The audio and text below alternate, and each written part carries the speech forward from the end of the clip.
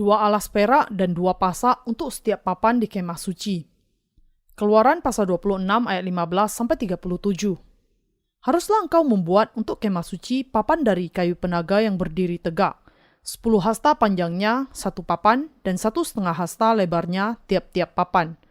Tiap-tiap papan harus ada 2 pasaknya yang disengkang satu sama lain. Demikianlah harus kau perbuat dengan segala papan kemah suci. Haruslah engkau membuat papan-papan untuk kemah suci, 20 papan pada sebelah selatan.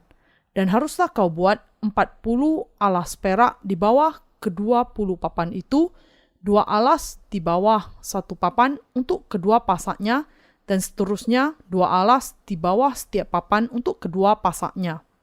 Juga untuk sisi yang kedua dari kemah suci, pada sebelah utara, kau buatlah 20 papan dengan 40 alas peraknya, 2 alas di bawah 1 papan dan seterusnya 2 alas di bawah setiap papan.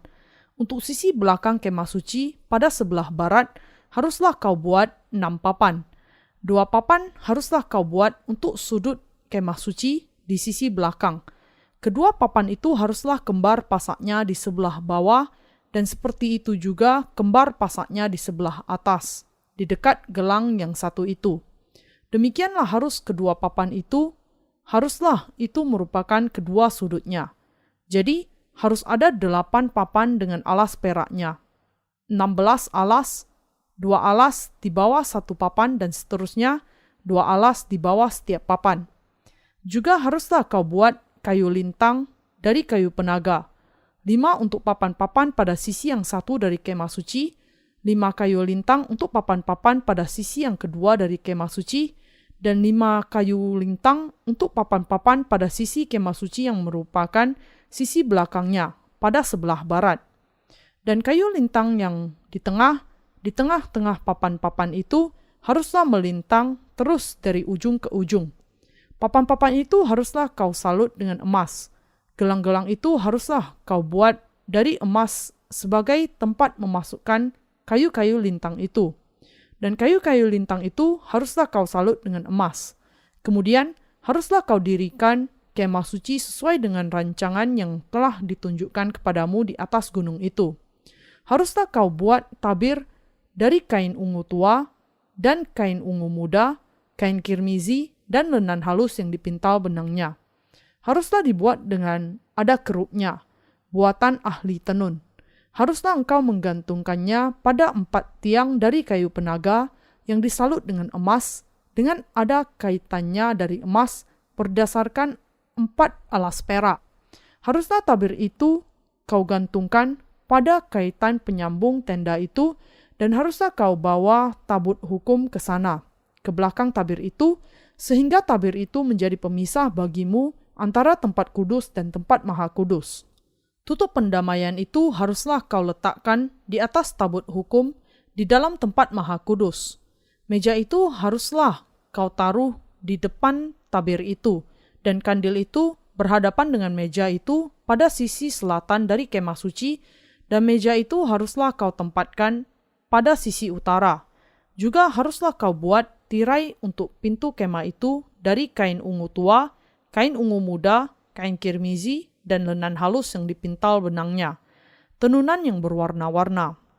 Haruslah kau buat 5 tiang dari kayu penaga untuk tirai itu, dan kau salutlah itu dengan emas, dengan ada kaitannya dari emas, dan untuk itu haruslah kau tuang 5 alas dari tembaga.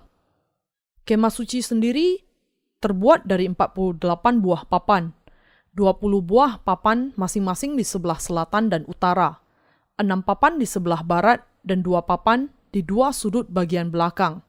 Masing-masing papan berukuran 4,5 meter panjangnya dan 67,5 cm lebarnya. Agar setiap papan bisa berdiri tegak, ada 2 alas perak dan 2 pasak yang saling dikaitkan dengan erat.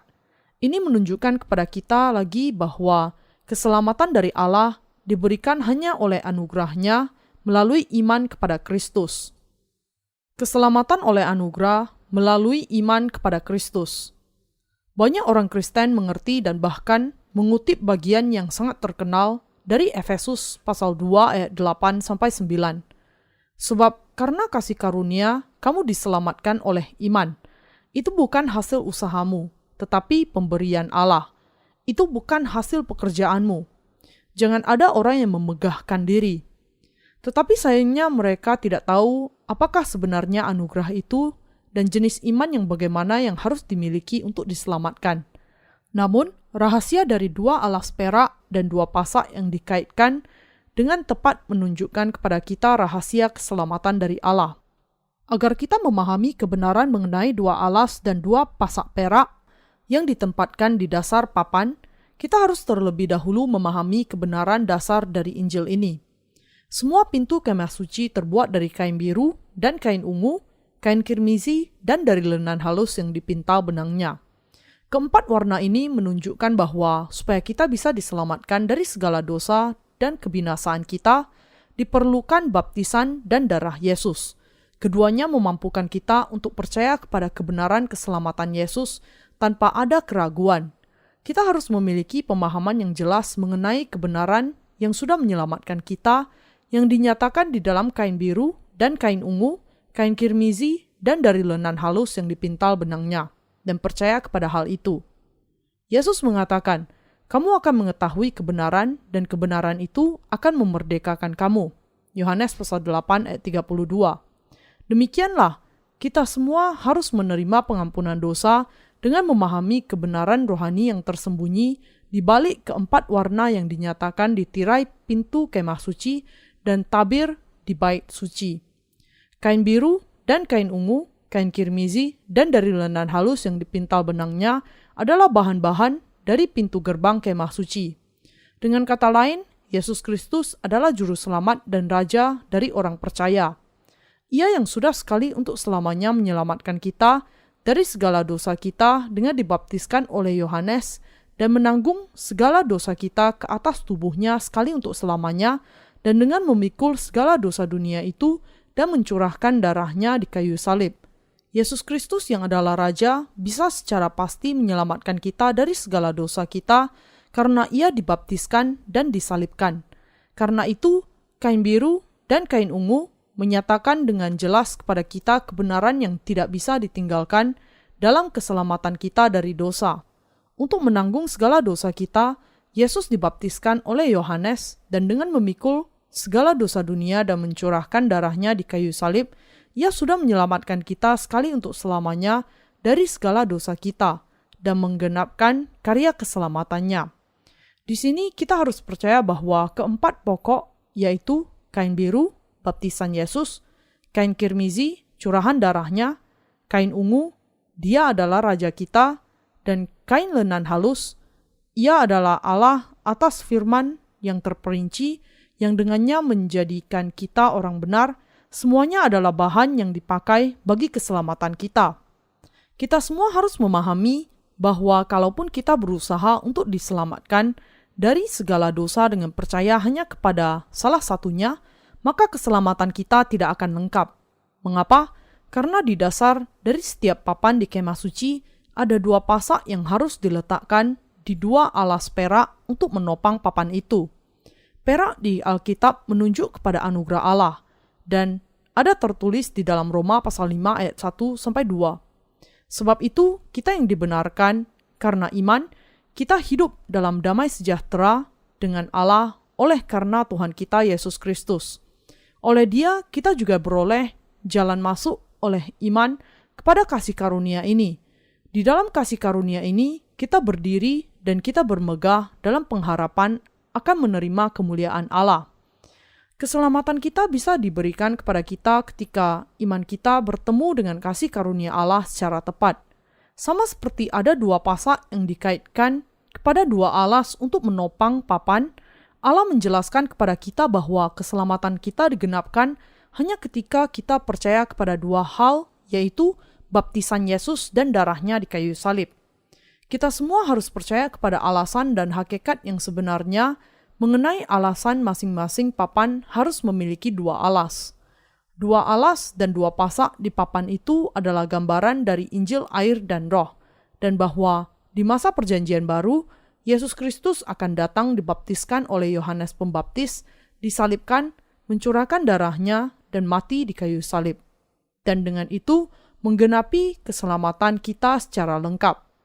Anugerah pengampunan dosa dengan kata lain diberikan kepada hati mereka yang sungguh-sungguh percaya kepada kebenaran keselamatan mereka yang digenapkan Yesus dengan dibaptiskan oleh Yohanes dan mencurahkan darahnya di kayu salib untuk menghapuskan segala dosa mereka.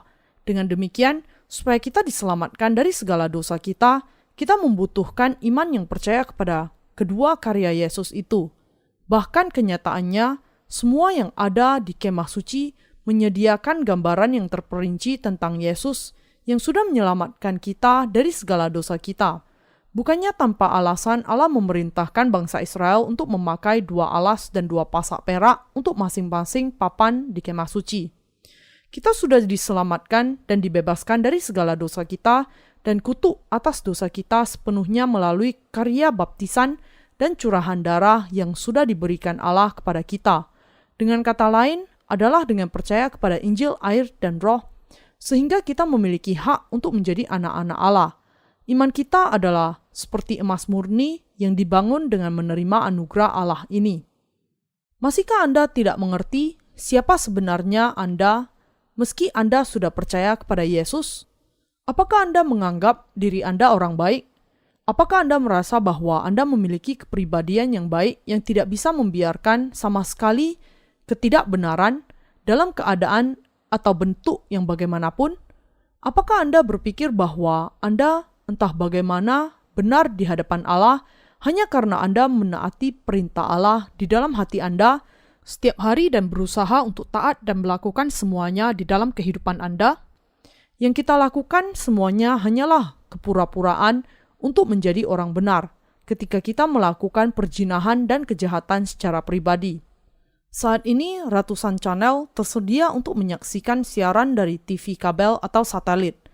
Dengan menyiarkan 24 jam sehari, channel-channel itu menyiarkan program khusus masing-masing dan mengadakannya berulang kali.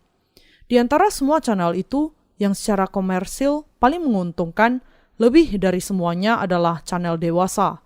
Ada banyak channel dewasa di mana segala macam bahan pornografi yang tersedia untuk disaksikan hanya dengan mengganti-ganti channel. Bagaimana dengan website porno? Tidak perlu dikatakan, banjir spam mail pornografi sekarang merajalela di dunia ini. Semua orang menyesalkan kejahatan yang ada di dalam website yang kasar itu. Tetapi ketika kita berpikir mengenai hukum kebutuhan dan penyediaan, keberhasilan mereka hanya berarti menunjukkan bahwa tidak terhitung banyaknya orang sesungguhnya menikmati website itu secara pribadi. Keadaan ini menunjukkan kepada kita bahwa umat manusia pada dasarnya memiliki sifat jahat dan cabul. Alkitab menunjukkan bahwa hati yang berdosa dari manusia dengan menunjuk kepada percabulan, perzinahan, dan kelucahan. Allah mengatakan bahwa hal-hal itu keluar dari hati manusia dan mencemarkan mereka, dan bahwa semuanya sangat jelas merupakan dosa. Tidakkah kita kemudian semua penuh dengan dosa? Allah berulang kali mengatakan bahwa keadaan di dalam diri kita sebenarnya adalah penuh dengan dosa. Tetapi apakah kita sungguh-sungguh mengakui hal ini? Bagaimana hal ini? Bisakah kita lepas dari kepemilikan dosa yang sangat mengikat kita, yang menutup mata dan juga telinga kita? Kita tidak bisa tidak melakukan segala macam dosa dengan imajinasi di dalam pikiran dan perasaan kita. Tidak peduli bagaimana kita mengatakan kepada diri kita sendiri bahwa kita harus menjauh dari dosa, dan tidak peduli bagaimana kerasnya kita berusaha untuk melakukannya. Semuanya hanya sekedar sia-sia. Pada kenyataannya, daging kita adalah sedemikian sampai kita tidak akan pernah bisa menjadi orang kudus yang sempurna yang tidak pernah melakukan dosa dengan kedagingan kita. Tetapi kita sungguh-sungguh memiliki keterikatan dengan dosa sampai kita tidak memiliki keinginan lagi untuk menjauh dari dosa itu. Daging dan hati kita senantiasa jauh, terpisah dari hal-hal yang kudus. Dan kenyataannya, selanjutnya, keduanya bukan hanya ingin mendekat kepada dosa, tetapi juga ingin untuk melakukan dosa yang semakin besar. Di timur, banyak orang yang belajar pengajaran Konghucu sejak mereka lahir, dan karena itu mereka berusaha sangat keras untuk melaksanakan pengajaran itu dalam kehidupan praktis. Di Barat, di lain pihak, Gereja Katolik atau Kristen legalistik mendominasi wilayah keagamaannya dan banyak orang Barat yang sudah berusaha keras untuk menaati seluruh hukum Allah dan berpikir bahwa mereka bisa menjadi lebih kudus dan semakin kudus selama mereka berusaha secara lebih keras lagi.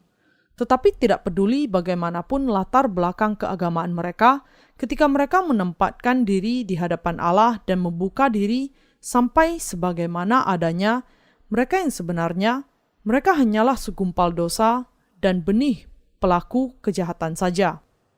Umat manusia ada di dalam ketidakbenaran, penuh dengan kecemaran dan segumpal dosa yang terbuat dari debu dan tanah. Bahkan orang-orang yang nampaknya baik, yang perbuatan baiknya bukan hanya untuk pamer, tetapi sungguh-sungguh berasal dari hati yang tulus dan yang sungguh-sungguh merasa tidak nyaman kalau menerima pujian apapun untuk perbuatan baik mereka, tidak bisa lepas dari kenyataan bahwa ketika hakikat mereka yang sejati dinyatakan di hadapan Allah, mereka juga hanya segumpal dosa dan benih pelaku kejahatan. Karena kemunculan kebaikan manusiawi adalah kejahatan besar di hadapan Allah, manusia tidak bisa lepas dari kutuk atas dosa, kecuali kalau mereka menyadari penghukuman mereka dan menerima Injil air dan roh kasih Allah. Di hadapan Allah, semua upaya manusia tidak bisa diterjemahkan sebagai kebaikan, bahkan dalam ukuran sekecil debu sekalipun, dan kehendak manusia hanyalah kekejian di hadapannya. Di dalam Alkitab, umat manusia sering dilambangkan sebagai pohon.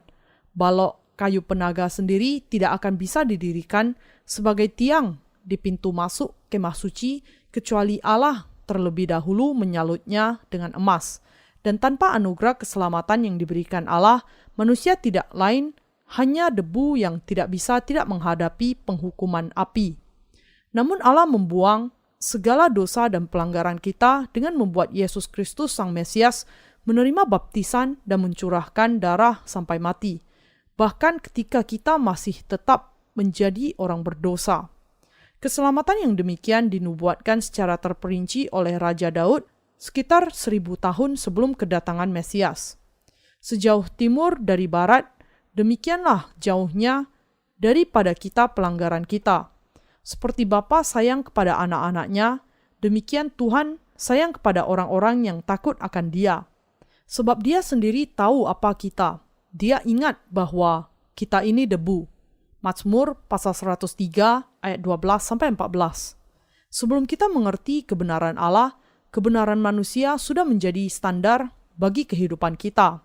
Saya juga sudah seperti itu ketika saya belum mengenal anugerah keselamatan dari Allah dan tidak memiliki iman kepada firman-Nya. Pada kenyataannya, saya tidak memiliki kebenaran apapun dari diri saya sendiri, tetapi saya masih berpikir bahwa saya memiliki kelayakan. Jadi, sejak saya masih kanak-kanak, ada banyak saat di mana saya tidak bisa membiarkan ketidakadilan dan bahkan berkelahi dengan orang-orang yang lebih besar dari saya. Menjalani kehidupan yang benar adalah moto saya. Karena ini, dahulu saya gagal melihat diri saya di hadapan Allah. Saya dipenuhi dengan kebenaran saya sendiri. Jadi saya berpikir bahwa diri saya lebih baik dari orang lain dan berusaha keras untuk hidup secara benar. Tetapi makhluk yang seperti saya juga tidak lebih dari segumpal dosa di hadapan kebenaran Allah. Saya bukan orang yang bisa menaati bahkan satu saja dari Dasatita atau 613 penjelasan perintah yang harus ditaati. Kenyataan bahwa saya memiliki kehendak untuk taat itu sendiri adalah tindakan kejahatan yang memberontak terhadap firman Allah yang menyatakan bahwa saya sepenuhnya tidak mampu melakukan hal lain selain dosa dan melawan Dia. Semua kebenaran manusia hanyalah kejahatan di hadapan Allah. Generasi ini yang sudah kehilangan Allah dan hukum-Nya di tengah banjir kecerobohan dan kecemaran juga sudah kehilangan rasa bersalah. Namun, kita harus mengakui bahwa kita manusia tidak bisa tidak melakukan dosa setiap hari, dan karena itu kita ditentukan masuk neraka tanpa kecuali.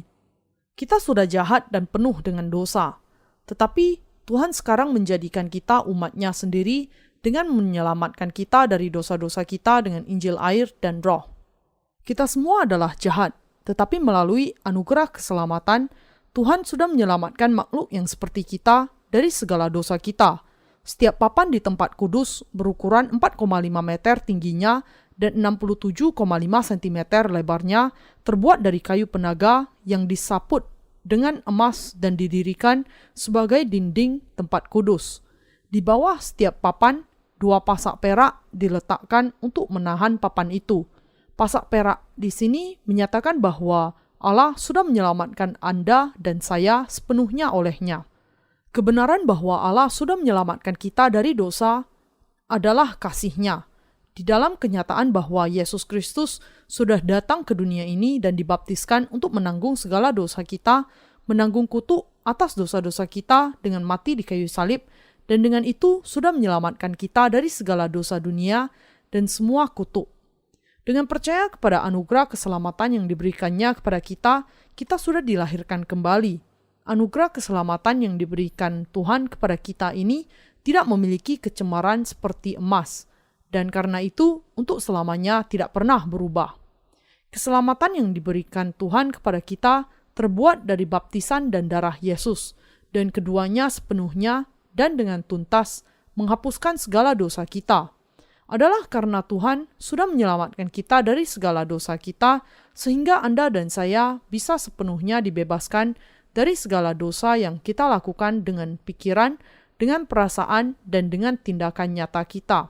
Dengan percaya kepada anugerah keselamatan yang Allah berikan kepada kita, kita sudah menjadi orang-orang kudus yang berharga milik-Nya.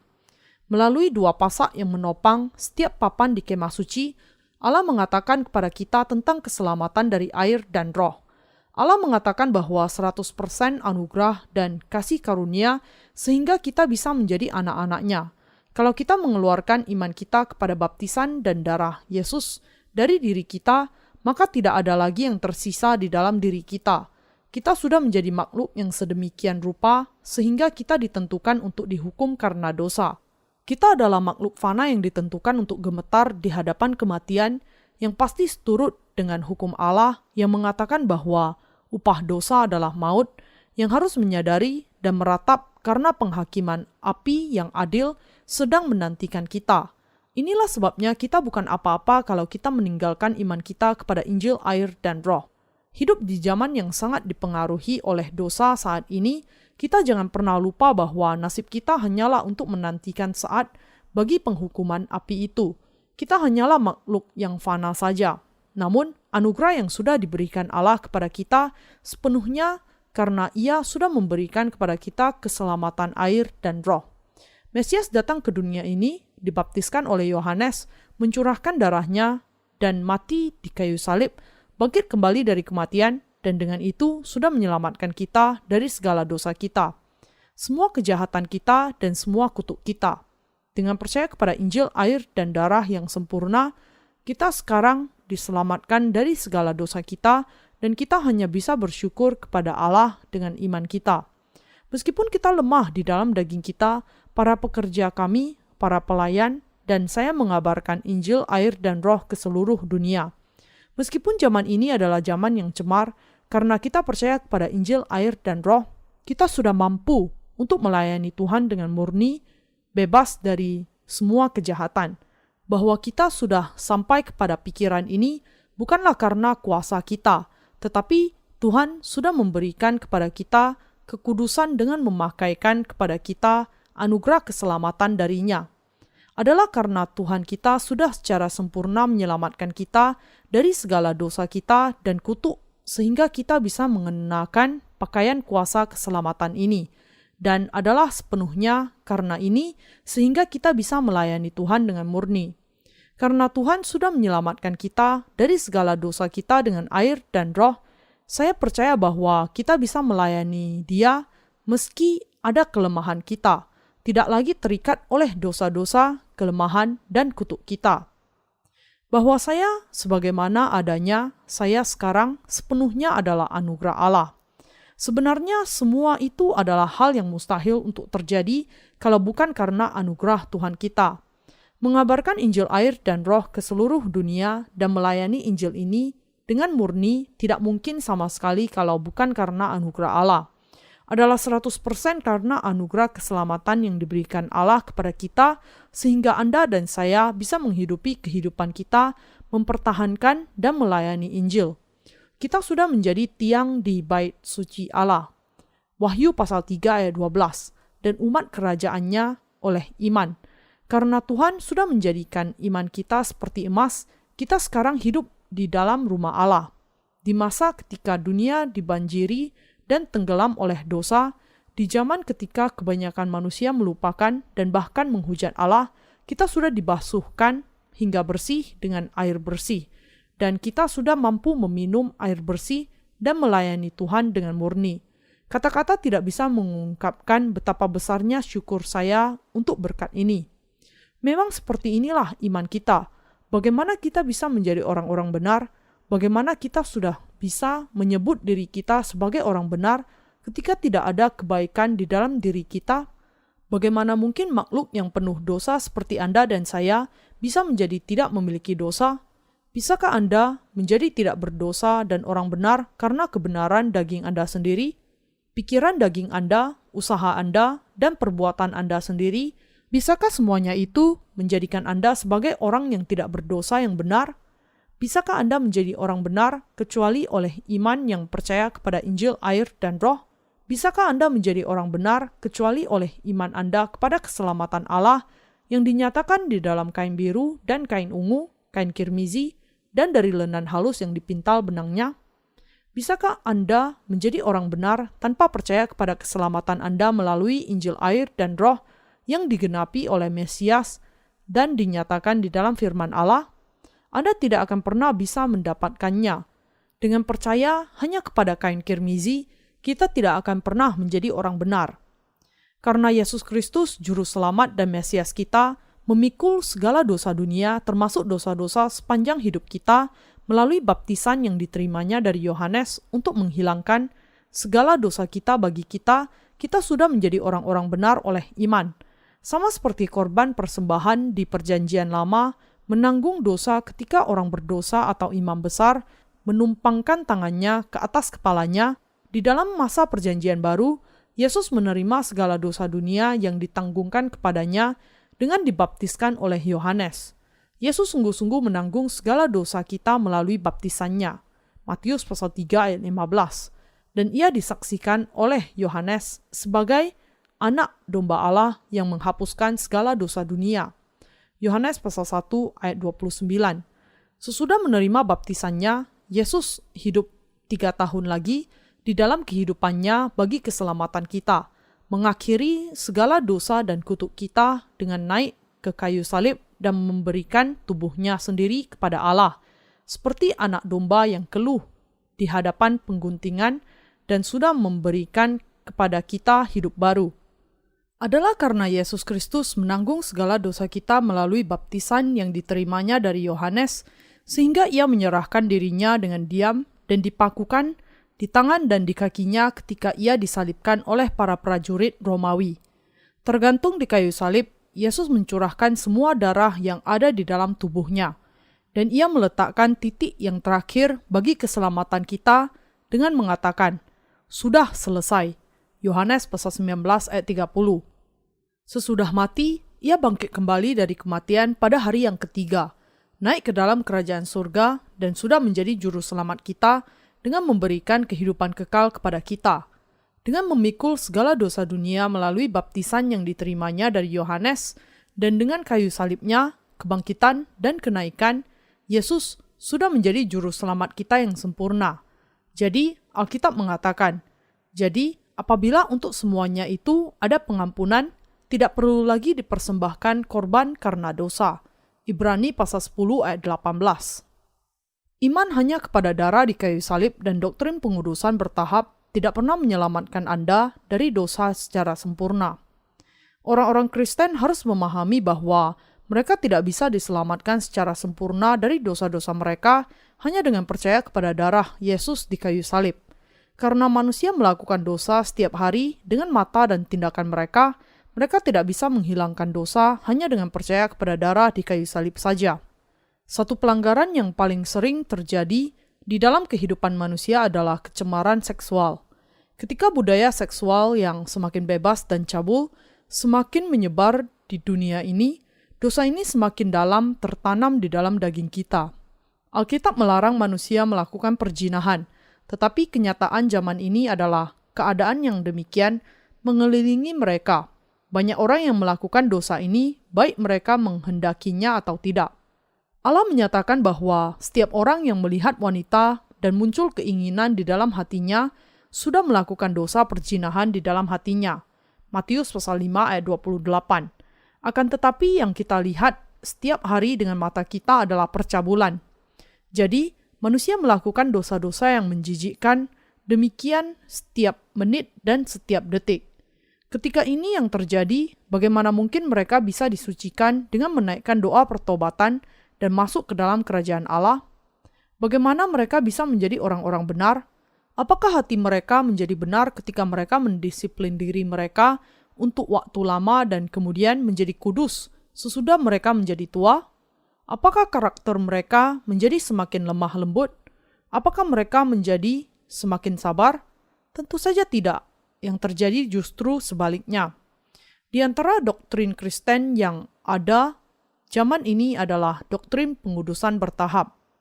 Doktrin ini mengajarkan bahwa ketika orang Kristen percaya kepada kematian Yesus di kayu salib untuk waktu yang lama, menaikkan doa pertobatan setiap hari, dan melayani Tuhan setiap hari, kemudian mereka secara perlahan-lahan akan menjadi semakin suci dan semakin memiliki temperamen yang baik.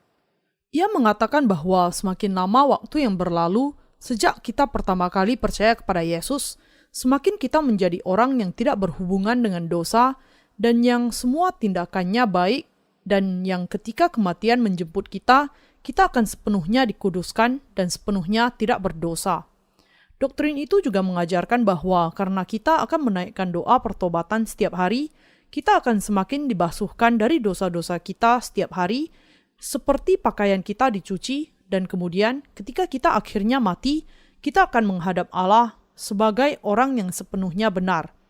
Ada banyak orang yang percaya demikian, tetapi ini hanya spekulasi praduga yang munculnya dari pemikiran buatan manusia sendiri.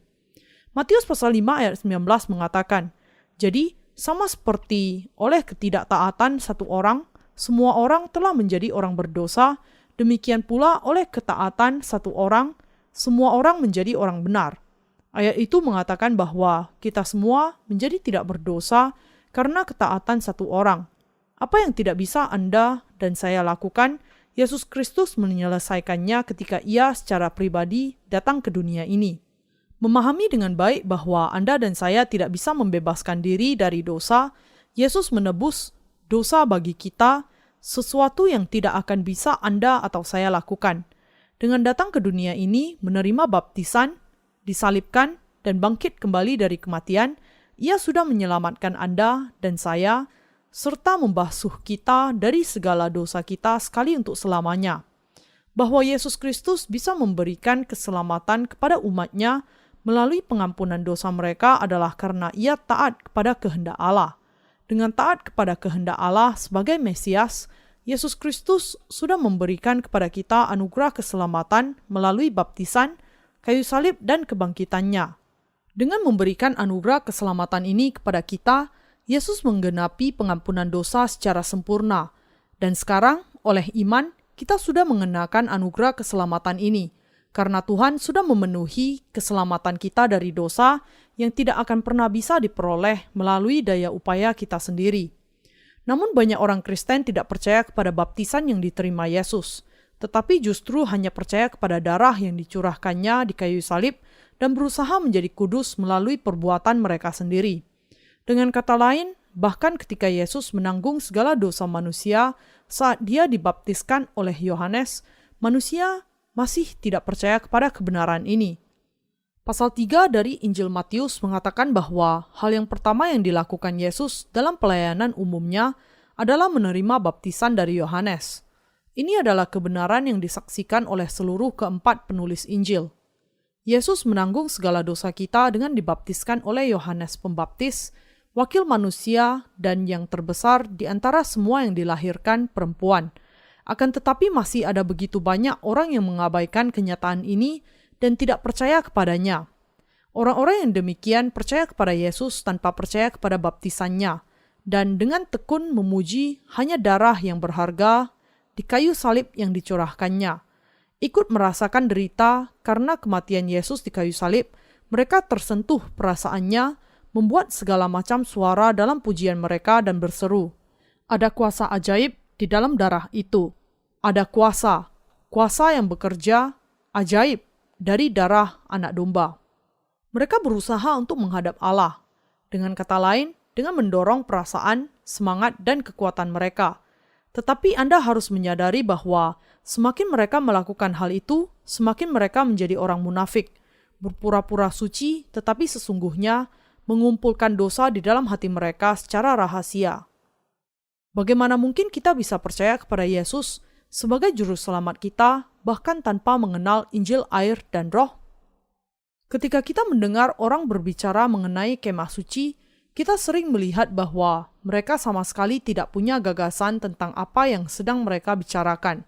Ketika sampai kepada percaya kepada kemah suci, bagaimana kita hanya percaya kepada apa yang kita anggap menyenangkan dan cocok saja?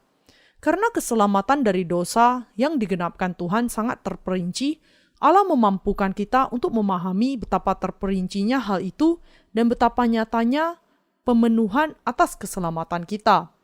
Melalui kemah suci, Ia juga sudah membuat kita memahami bahwa Tuhan sudah menyelamatkan kita dengan kain biru dan kain kirmizi, air, dan darah. Kita sampai kepada pemahaman bahwa untuk menghapuskan segala dosa kita, Tuhan datang. Bukan saja dengan air, tetapi dengan air dan dengan darah. 1 Yohanes pasal 5 ayat 6. Air, darah, dan roh yang kepadanya kita percaya adalah satu. Adalah dengan menjadi manusia, dibaptiskan oleh Yohanes, mati dan bangkit dari kematian, sehingga Allah menyelamatkan kita. Melalui kemah suci, kita bisa menemukan dan percaya kepada gambaran keselamatan yang sangat jelas ini. Dengan menyelidiki kedua alas dan dua pasak perak untuk masing-masing papan, kita bisa memahami dengan cara apa Yesus sudah menyelamatkan kita dari segala dosa kita. Dan kita juga menemukan kebenaran bahwa kita sudah sungguh-sungguh percaya kepada pelayanan Yesus yang dinyatakan di dalam kain biru dan kain ungu dan kain kirmizi. Lepas dari Alkitab, tidak ada cara di mana keselamatan ini bisa ditemukan sumbernya. Kita memerlukan anugerah keselamatan yang terbuat dari dua unsur, yaitu baptisan dan kayu salib. Mereka yang percaya kepada kebenaran ini kemudian bisa menjadi orang-orang yang dilahirkan oleh Allah.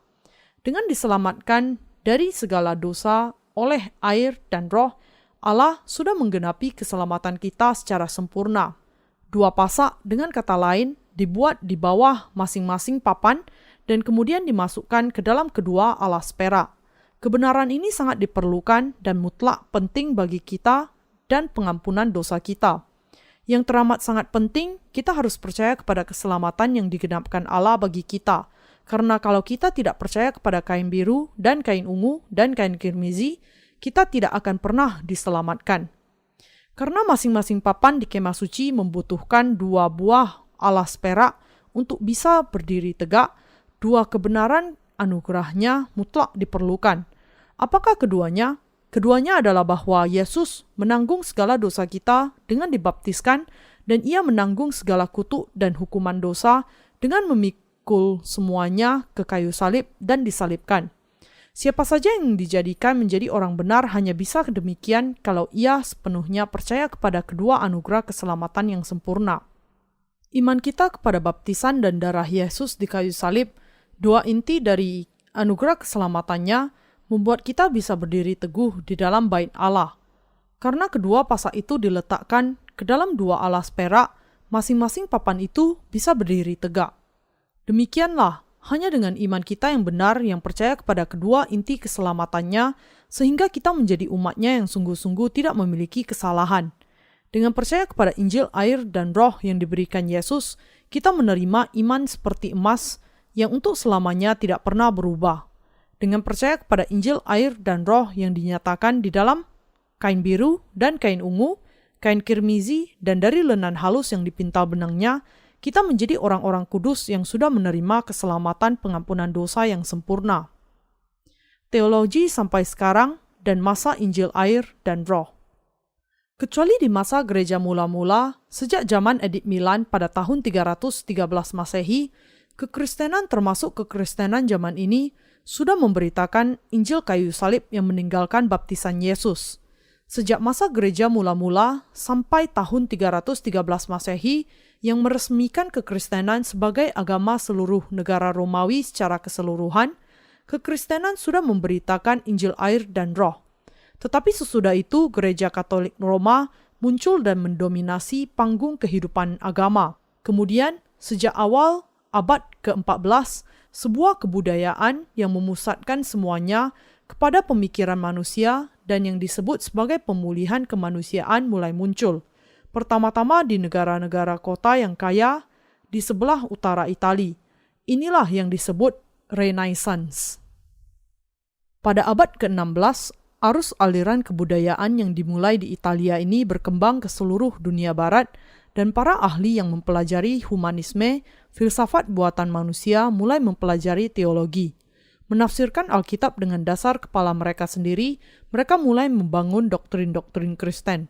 Tetapi karena mereka tidak mengenal kebenaran, mereka tidak memahami Alkitab dengan baik dan benar.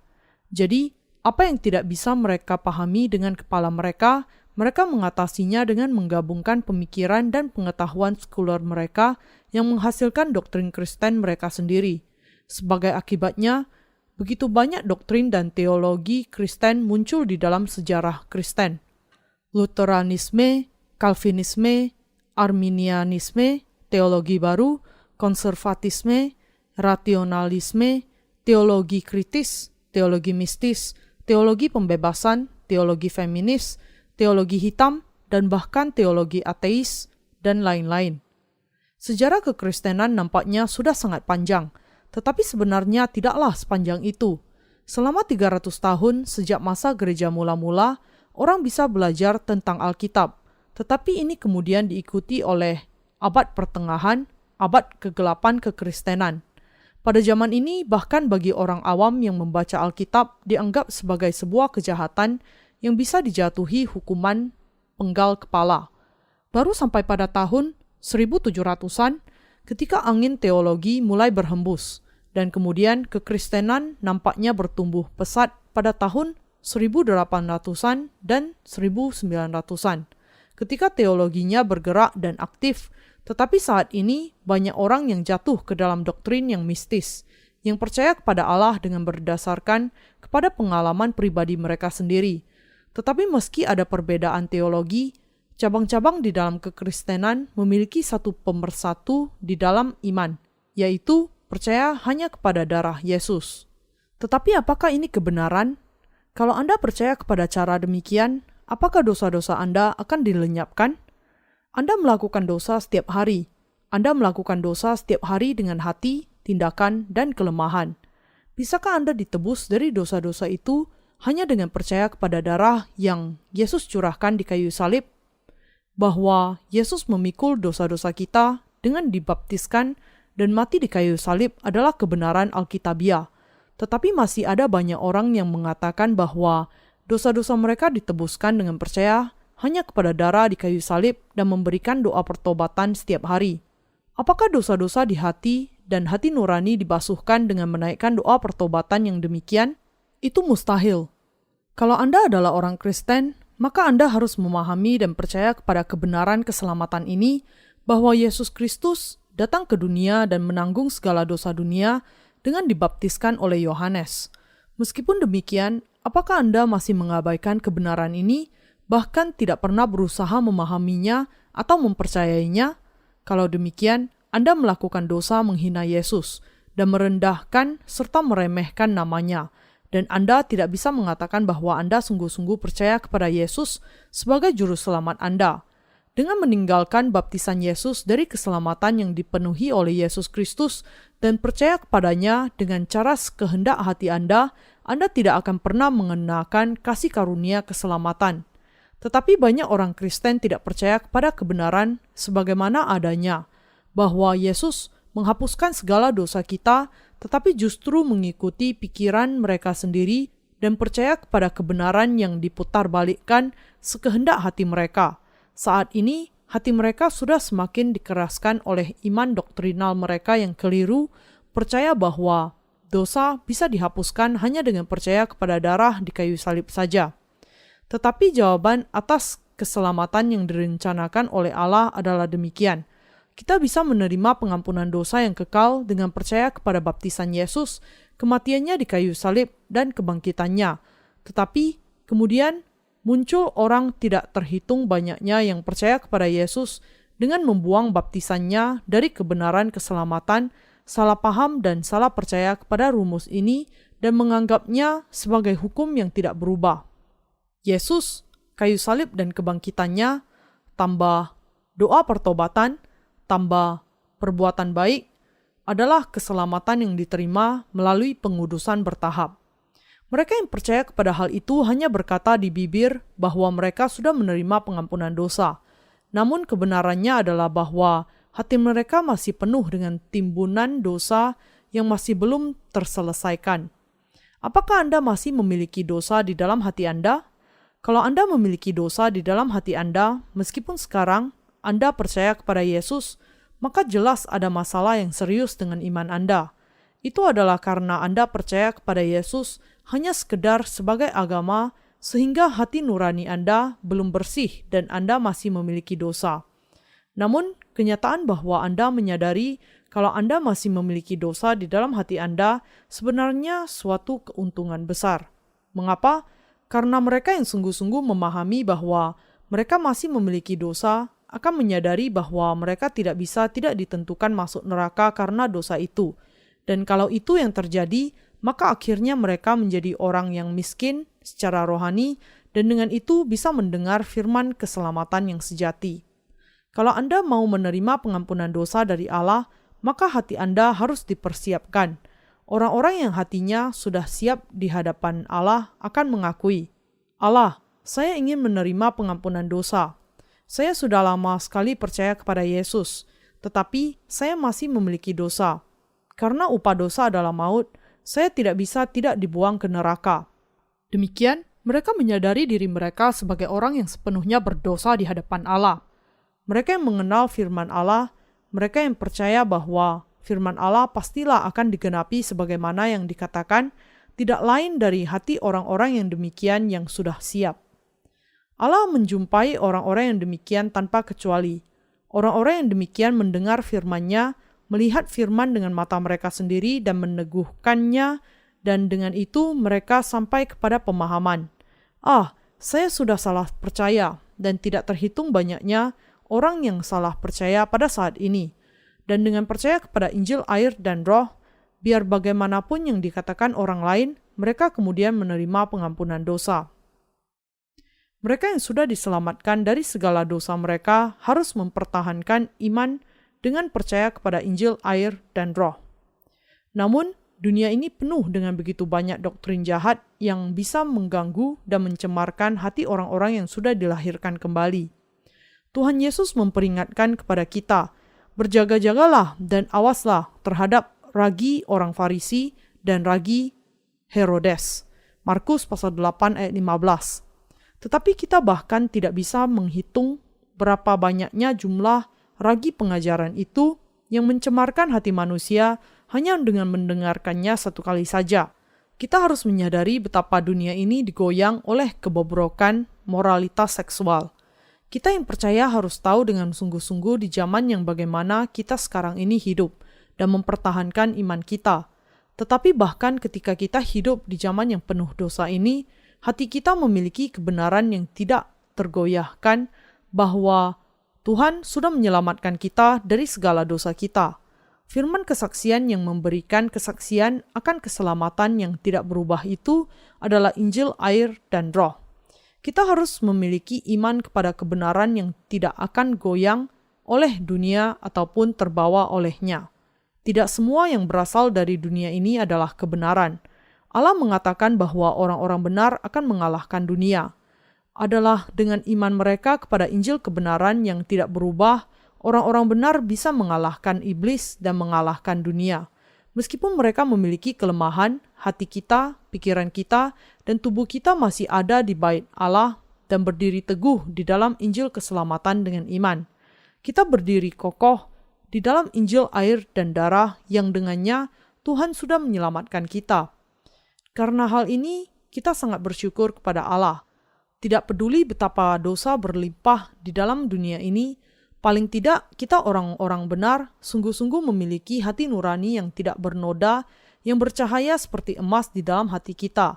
Kita orang-orang benar akan menghidupi kehidupan yang menang atas dunia ini dengan iman ini. Sampai hari kedatangan Tuhan dan bahkan saat kita ada di dalam kerajaannya, kita semua akan memuji iman ini. Kita akan selama-lamanya memuji Tuhan yang menyelamatkan kita dan memuji Allah kita yang memberikan iman ini kepada kita. Karena iman kebenaran yang kita miliki ini di hadapan Allah didirikan di atas batu karang, ia tidaklah goyah oleh keadaan apapun. Dengan demikian, tidak peduli apapun yang terjadi kepada kita saat kita hidup di dunia ini, sampai hari ketika kita berdiri di hadapan Tuhan, kita akan mempertahankan hati kita oleh iman. Bahkan kalaupun seluruh isi dunia ini dibinasakan, meskipun dunia ini tenggelam di dalam dosa, dan bahkan meski dunia ini keadaannya lebih buruk dibandingkan dengan Sodom dan Gomora di zaman dahulu, kita tidak akan mengikuti dunia ini. Tetapi kita akan percaya dengan sepenuh hati kepada Allah, kita akan mengejar kebenarannya, dan kita akan senantiasa melakukan pekerjaan yang memberitakan kedua anugerah itu, baptisan Yesus dan kematiannya di kayu salib yang menjadi keselamatan yang adalah anugerah yang sejati dari Allah. Mereka yang berpura-pura percaya kepada Injil yang sejati. Beberapa orang, meskipun mereka tidak sungguh-sungguh memahami Injil air dan roh, berpura-pura percaya kepada kebenaran kain biru dan kain ungu dan kain kirmizi. Tetapi kita bisa melihat bahwa orang-orang yang demikian memiliki dosa di dalam hatinya karena tidak percaya kepada Injil air dan roh secara tulus. Mereka seperti orang yang kehilangan mata kapak besinya yang ia pinjam dari tetangganya karena jatuh ke dalam air. 2 Raja pasal 6 ayat 5. Dengan cara yang hampir sama, bisa terjadi karena kebutuhan mendesak, beberapa orang memanfaatkan Injil air dan roh untuk sementara waktu. Tetapi tanpa percaya bahwa Injil air dan roh ini adalah kebenaran, mereka tidak bisa berbicara dengan iman yang sejati ketika berkhotbah atau di dalam persekutuan. Dan mereka yang tanpa iman kepada kebenaran secara tragis akhirnya akan menghentikan kehidupan imannya di tengah jalan. Tetapi kebenaran Injil air dan roh tidak berubah. Dan inilah sebabnya mereka harus percaya kepada Injil air dan roh ini. Tetapi mengutip dari Ibrani pasal 7 ayat 12 yang mengatakan, sebab jikalau imamat berubah, dengan sendirinya akan berubah pula hukum Taurat itu. Ada orang-orang yang mengatakan, hukum itu berubah. Jadi keselamatan yang Yesus penuhi tidaklah sungguh-sungguh dipenuhi dengan cara yang sama seperti yang ada di dalam perjanjian lama. Yesus Kristus datang dan menyelamatkan kita hanya dengan mati di kayu salib, sebuah cara yang diperbaiki. Ada yang lain mengatakan, nampaknya besar kemungkinan bahwa ketika Yesus mati di kayu salib, itulah Allah menanggungkan segala dosa kepada anaknya. Tetapi kata-kata yang demikian adalah cacat dan tidak berdasar. Kita bisa dengan mudah menolaknya dan menanyakan, apakah ini berarti bahwa Allah hanya menyalibkan Yesus yang tidak berdosa dan hanya menanggungkan segala dosa dunia ke atasnya? Ketika kita percaya kepada firman Allah, kita harus percaya sebagaimana adanya, bukan dengan memaksakan pemikiran kita sendiri.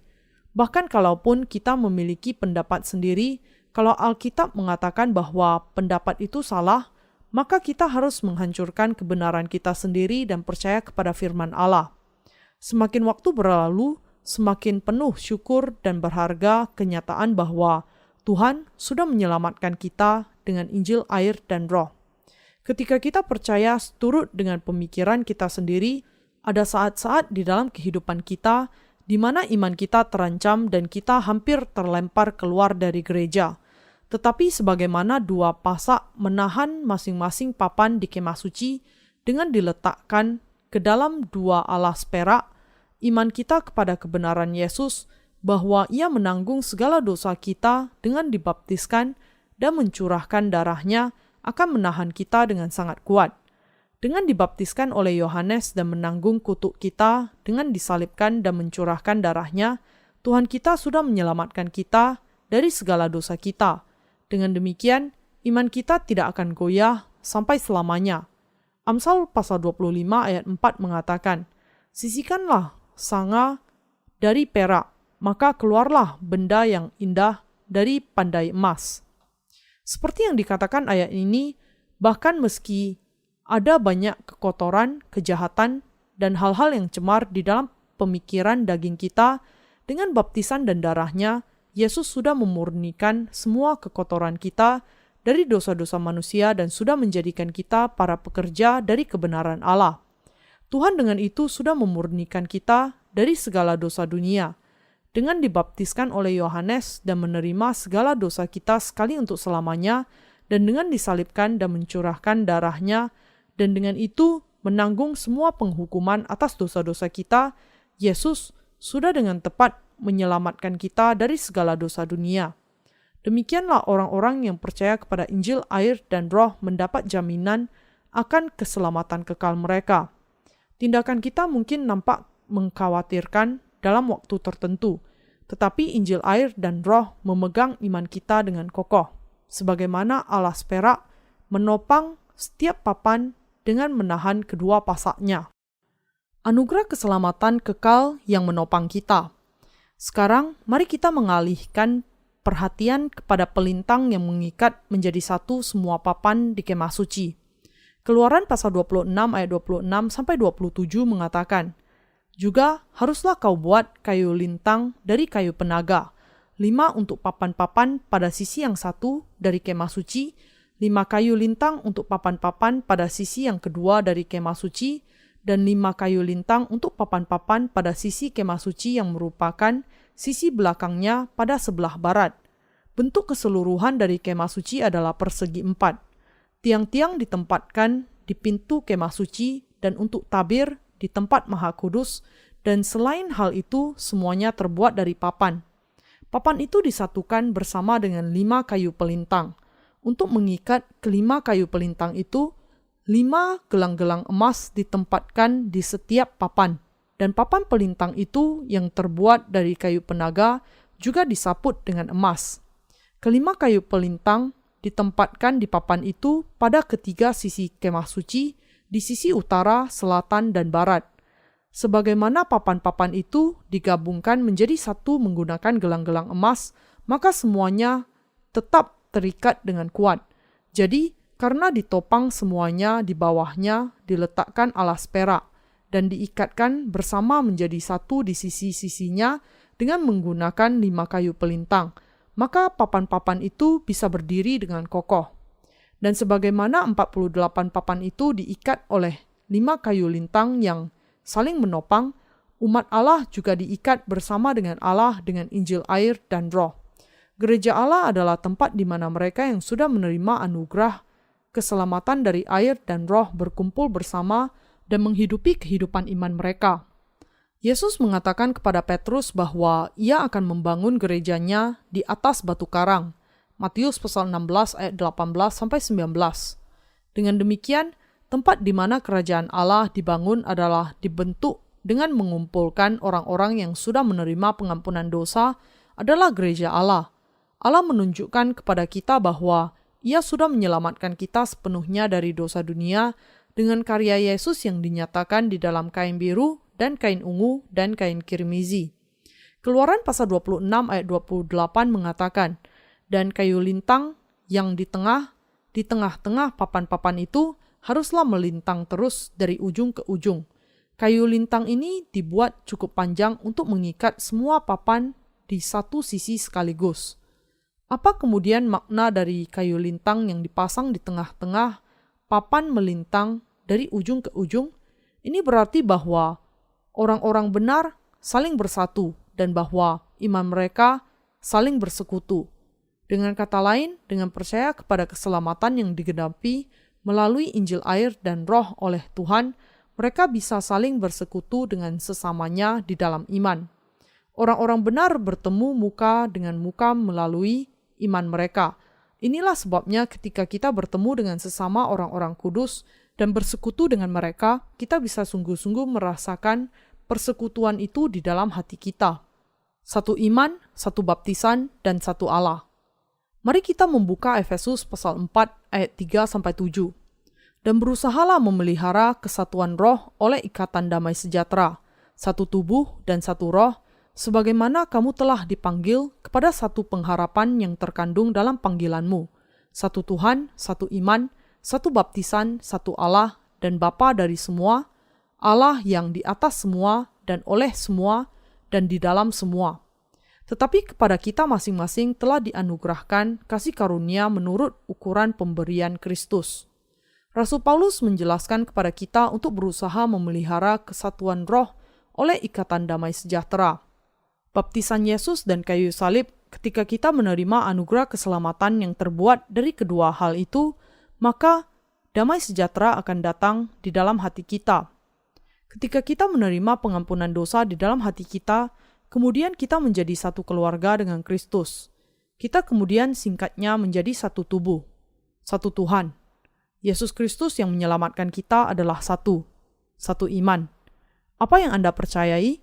Anda percaya kepada keselamatan air dan darah Yesus dan Roh, yang dinyatakan di dalam kain biru dan kain ungu, kain kirmizi, dan dari lenan halus yang dipintal benangnya. Satu baptisan.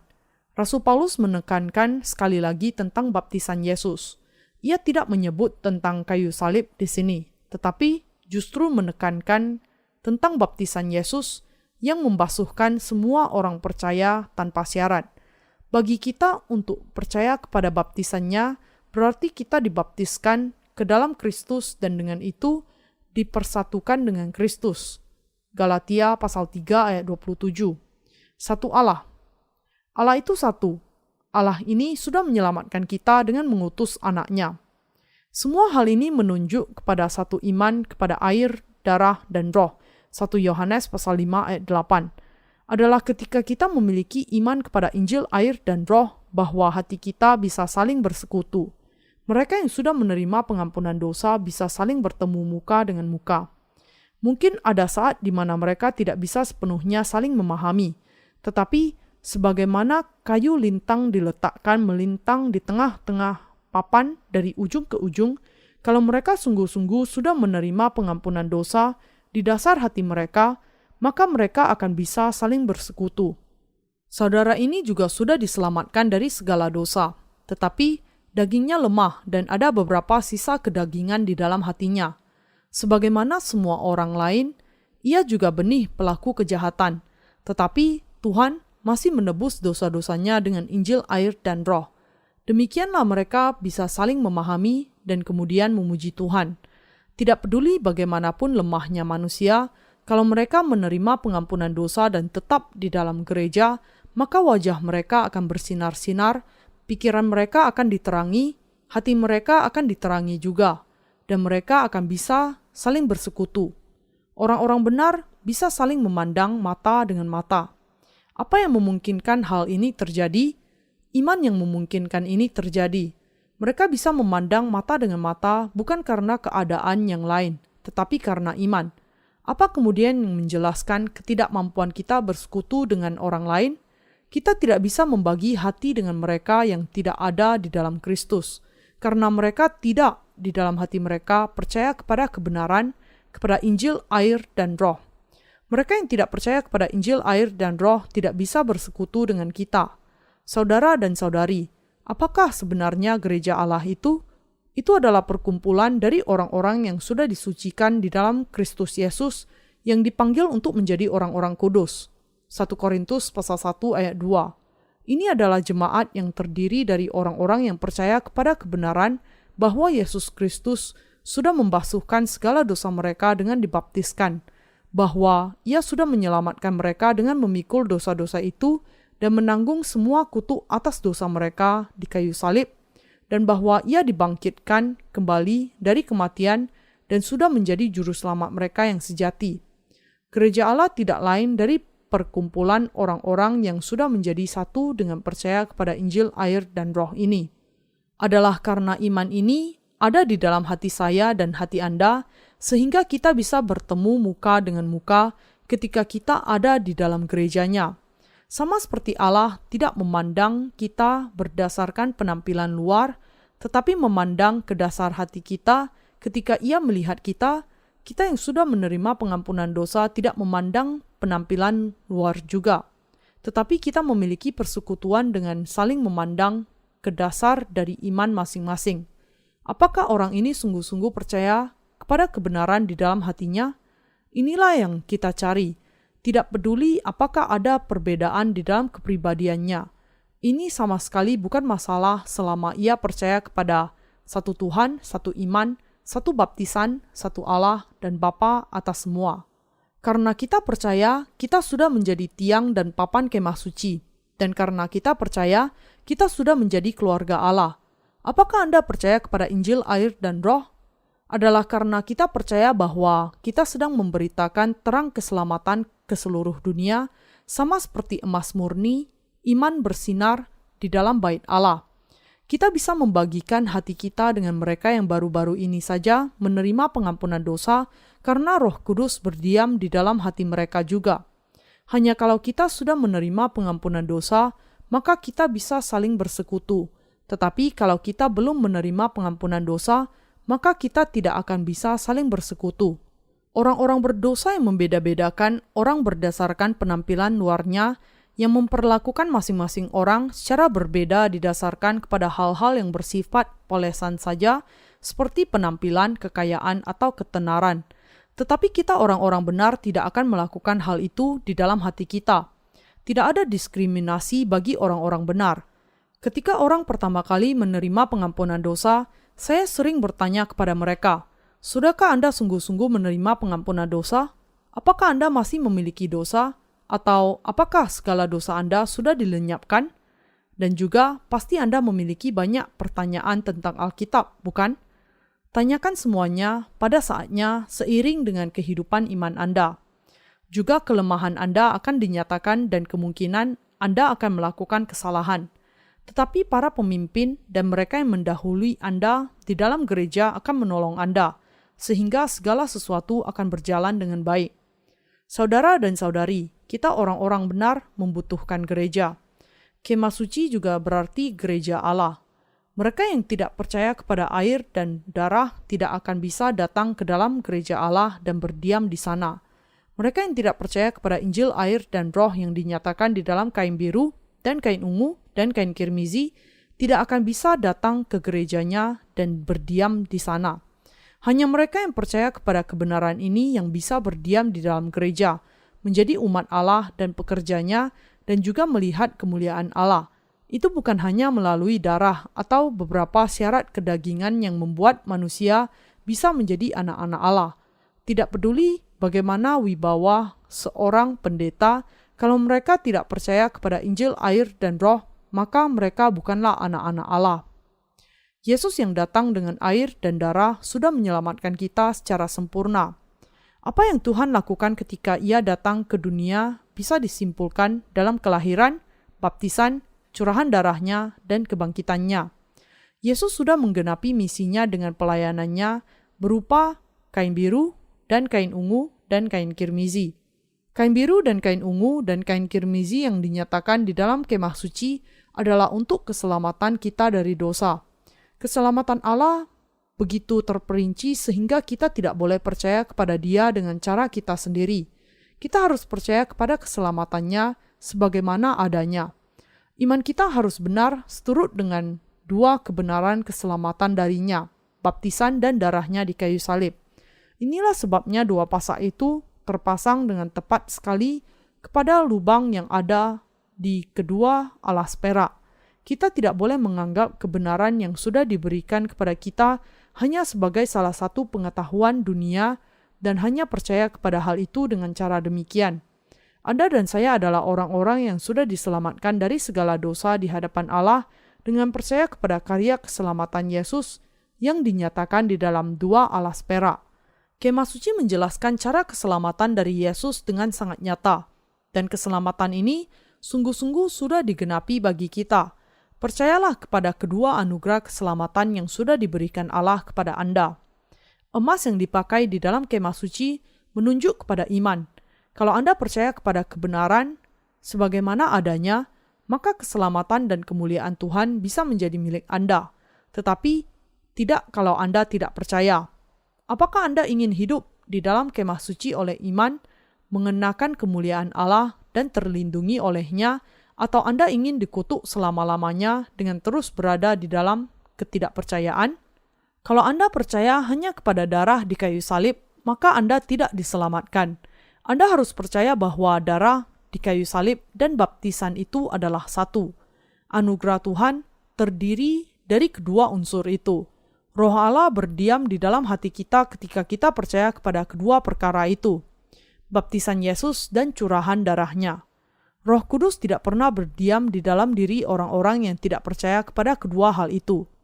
Kalau Anda mengakui iman Anda hanya dengan bibir Anda, tetapi Anda tidak percaya di dalam hati Anda, dan kalau pemahaman Anda tidak lain hanya sekedar dari latihan intelek semata, maka Anda tidak akan pernah diselamatkan. Untuk diselamatkan, Anda harus pertama-tama menarik garis batas yang tegas yang menetapkan daerah keselamatan Anda. Sampai saat ini, saya belum diselamatkan. Keselamatan yang saya percaya sekarang bukan yang sebenarnya, tetapi dengan percaya kepada Yesus yang sudah datang dalam air dan darah, sekarang saya sudah diselamatkan. Manusia hanya bisa menjadi benar kalau mereka terlebih dahulu menjadi orang berdosa paling tidak satu kali. Mereka harus mengakui bahwa mereka tidak diselamatkan. Mereka ditentukan untuk dihukum atas dosa-dosa mereka dan kemudian diselamatkan secara sempurna satu kali dengan percaya kepada Injil, air, dan Roh.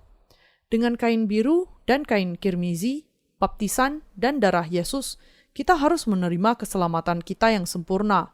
Dengan baptisan dan darahnya, Tuhan sudah memberikan kepada kita anugerah keselamatan yang sempurna. Untuk mencegah kita percaya hanya berdasarkan pemikiran kita saja, Tuhan sudah menyatakan keselamatan ini secara terperinci melalui kemah suci juga. Karena keselamatan ini begitu berharga dan sempurna, maka layak bagi semua orang untuk menjadi percaya.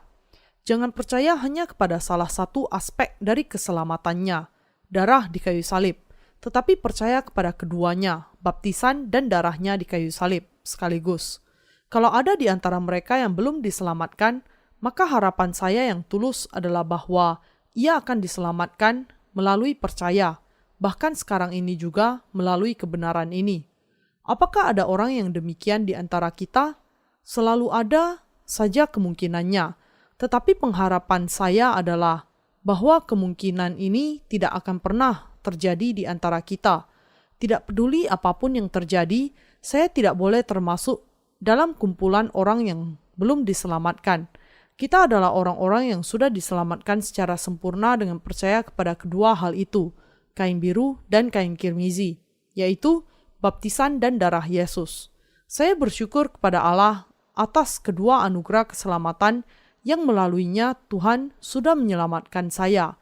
Karena Allah sudah menggenapi keselamatan saya secara sempurna, saya sudah dibebaskan dari kutuk dan penghukuman juga. Sesungguhnya keselamatan kita yang sudah datang dalam kain biru dan kain kirmizi adalah begitu berharga, tidak bisa terkatakan. Ingat dan percayalah bahwa keselamatan Anda dijadikan sempurna bukan hanya oleh darah di kayu salib atau hanya oleh baptisan Yesus, tetapi oleh keduanya, baptisan dan darah di kayu salib. Dan bahwa hanya dengan percaya kepada keduanya, Anda bisa menjadi anak-anak Allah. Kita sudah menerima kehidupan kekal dengan percaya kepada firman, Injil, air, dan Roh, rahasia yang tersembunyi di balik kedua pasak dan dua alas perak untuk papan-papan di kemah suci. Saya menaikkan syukur saya kepada Tuhan kita yang sudah menyelamatkan kita dari segala dosa dunia. Haleluya!